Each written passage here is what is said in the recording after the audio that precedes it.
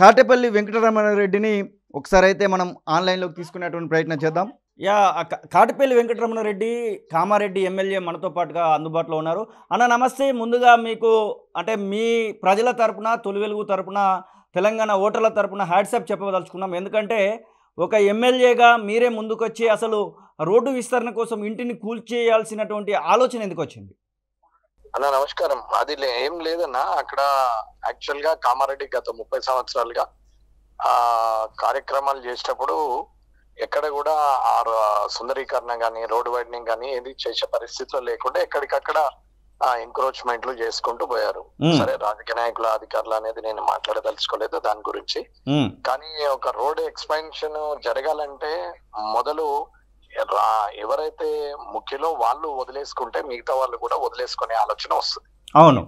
కాబట్టి ఇది ఆ రోడ్డు కలెక్టరేట్ కు పోయే రోడ్డు 60 సంవత్సరాల క్రితం మా నాన్నగారు కట్టినటువంటి ఇల్లు. అది ఆ ఇల్లు పక్క నుండి మా నాన్నగారు భూమిలో నుంచే ల్యాండ్ ఇచ్చారు వేరే ఊరికి రోడ్డు పోవడానికి. అప్పుడు నాన్నగారు ఉన్నప్పుడే వేసారు, 1960లో చెప్తున్నాను. ఓకే.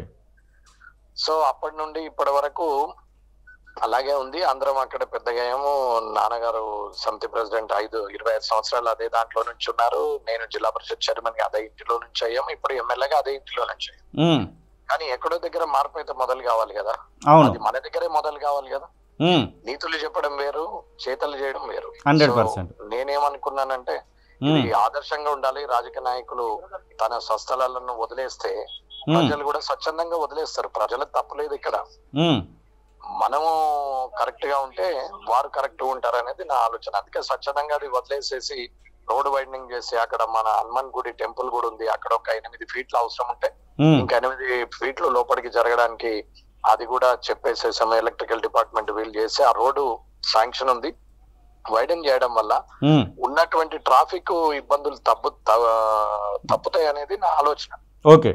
సో ట్రాఫిక్ క్లియరెన్స్ కోసం కామారెడ్డిలో కావలసినటువంటి అన్ని వనరులు ఉన్నా చేయలేని పరిస్థితి కక్కుర్తి వల్ల ఎవరి అవసరానికి ఎవరి స్వార్థానికి వారు ఆలోచించడం వల్ల అది ఇంకా అలాగే ఆగిపోతుంది. కాబట్టి అలా ఉండకూడదు.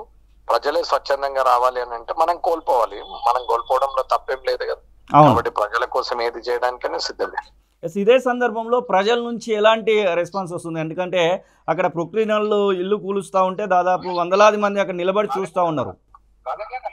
అది అంటే అక్కడ ఉన్నటువంటి సమస్య ఏంటంటే ఆ ఇంటికి కామారెడ్డిలో ఉన్నటువంటి కనీసం ఒక పాపులేషన్ లో ఒక 2.5 లక్షల మంది ఆ ఇంటికి వచ్చి టీ తాగిపోయిన వాళ్ళు ఉన్నారు. ఓకే. ఇంచుమించుగా ఎలక్షన్ అయిపోయిన తర్వాత ఒక 50,000 మంది రావచ్చు గెలిచిన తర్వాత. ఒక 13-15 రోజులు ఇంచుమించుగా రోజు ఒక 3,000 నుంచి 5,000 మంది వచ్చారు. ఓకే. సో అందరూ ఆ వాతావరణము, ఆ పరిస్థితి, అక్కడ ఉన్న ల్యాండ్స్కేపింగ్ కానీ ఆ విశాలమైన ఇల్లు కానీ అవన్నీ చూసి ఇంత బాగుంది అని అనుకున్న వాళ్ళు కొంచెం ఇబ్బంది, అరే గుల్ చేస్తున్నారు అంటే చూసినట్టున్నారు. కానీ అది ఏం లేదన్న, ఏదున్నా ఆ రోడ్డు రూపం మారుతుంది. ఒక నెల లోపల ఆ రోడ్డులో మీరు వచ్చి చూసినా కానీ అరే ఇంత పెద్దగా. అంటే సాధారణంగా పొలిటీషియన్స్ ఏం చేస్తారంటే ఇల్లు పోతుంది, లేకపోతే స్థలం పోతుంది, వాళ్ళకి సంబంధించినటువంటి ప్రాపర్టీ పోతుందంటే వేరే వైపుకు మార్చేటువంటి ప్రయత్నం చేస్తూ ఉంటారు. పెద్ద వంతెనలను సైతము రూటు మార్చినటువంటి దాఖలాలు చాలా మనం చూస్తూ ఉంటాము. మీరు ఆ దారిలో పోకుండా మీరు దాదాపుగా అదే ఇంట్లో పుట్టి పెరిగారా? మీరు అదే ఇంట్లో పుట్టాము, అదే ఇంట్లో పెరిగాము, అదే ఇంట్లో జిల్లా పరిషత్ చైర్మన్ అయ్యాము, అదే ఇంట్లో ఎమ్మెల్యే కూడా గెలిచాం. అంత సెంటిమెంటల్గా లేకపోతే అంత అటాచ్మెంట్ ఉన్నటువంటి ఇల్లును కూల్చేయడం అనేది ఒక రకంగా చెప్పాలంటే మీరు చేస్తున్నటువంటి సర్ప్రైజ్ అనుకోవచ్చు, ఎట్ ద సేమ్ టైం ప్రజాసేవ కూడా అనుకోవచ్చు కదా. అనుకోవచ్చు. ఎవరి ఆలోచనను బట్టి వాళ్ళు ఆలోచిస్తారు. అది స్టంట్ అనుకునే వాళ్ళు స్టంట్ అనుకుంటారు. ఓకే. అంటే నా తర్వాత ప్రశ్న అదే ఉండబోతుంది, కాటేపల్లి వెంకటరమణారెడ్డి ఈ రకంగా ఏమైనా స్టంట్ చేశాడా అని. అట్లేం లేదండి. ఎవరు ఇప్పుడు నచ్చినవాడు ఒకలాగా ఆలోచిస్తాడు, నచ్చినవాడు ఒకలాగా ఆలోచిస్తాడు. అవును. ప్రాక్టికల్ గా నిజాలు తెలిసిన వాడు ఇంకొకలాగా ఆలోచిస్తాడు. అవును. ఇక్కడ నచ్చడమా నచ్చకపోవడమా ఈ పార్టీ ఆ పార్టీ అనేది కాదు. అక్కడ సమస్యకు పరిష్కారం కావాలా. అవును. కామారెడ్డి ఎంతో మంచి పొటెన్షియాలిటీ ఉన్నటువంటి పట్టణం. అది ఒక రోల్ మోడల్ గా ఉండాల్సిన అవసరం ఉంది. అది దానికి ఉన్న వనరులు ఎక్కడ లేదు. అయినా గానీ ఏమి చెప్పలేని పరిస్థితి, వాళ్ళు చేయలేరు. సరే, గతంలో ఉన్న నాయకులు ఎందుకు చేయలేరు ఏంది అనేది తెలియదు.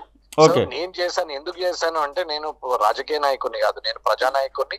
ఇది నేను గత 4-5 ఏళ్ళుగా చెప్తానే ఉన్నా అందరికి, ఓకే. నేను ప్రజానాయకునిగా ఎదగాలనుకుంటున్నా, రాజకీయ నాయకునిగా కాదు అని చెప్పి.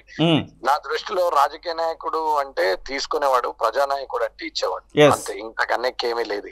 ఇదే సందర్భంలో మీలాగా ఇప్పుడు మీరైతే ఇల్లు కూల్చేశారు, మీలాగా ఇప్పుడు ఆ రోడ్డు వైండింగ్ కోసము ఎన్ని ఇల్లులకు ఇబ్బంది అయ్యే అవకాశం ఉంది, వారి రెస్పాన్స్ ఎలా ఉందండి? ఇల్లులకి ఇబ్బంది అయ్యే పరిస్థితి ఏం లేదు. రోడ్డు మట్టుకైతే ఇప్పుడు రోడ్డు వేసేస్తాము, ఆ తర్వాత సెట్ బ్యాక్స్ గురించి వాళ్ళే ప్రజలు ఆలోచించుకొని నిర్ణయాలు తీసుకుంటారు. ఇక ముందు కట్టబోయే వాళ్ళు కూడా సెట్ బ్యాక్ లో కట్టాలి అనే ఆలోచన వస్తుంది, ఎంక్రోచ్మెంట్ ఆలోచన ఉండదు. ఆల్రెడీ ఎంక్రోచ్మెంట్ అయిన వాళ్ళు కూడా సెట్ బ్యాక్ కావాలనే ఆలోచనకు వస్తారు. ఇది మెల్లిగా ప్రజల్ని ఇరిటేట్ చేసి సాధించాలని నేను అనుకోవట్లేదు, ప్రజలకు అర్థం చేపించి సాధించాలని అనుకుంటున్నాను. ప్రజలు అర్థం చేసుకుంటారనేది కూడా నాకు నమ్మకం. చాలా చాలా అంటే గొప్ప ఆలోచన చేశారు. థ్యాంక్ యూ కాటపల్లి అన్న. Thank you. ఇది కాటపల్లి వెంకటరమణారెడ్డి కామారెడ్డి ఎమ్మెల్యే చెప్తున్నట్టు మాటలు.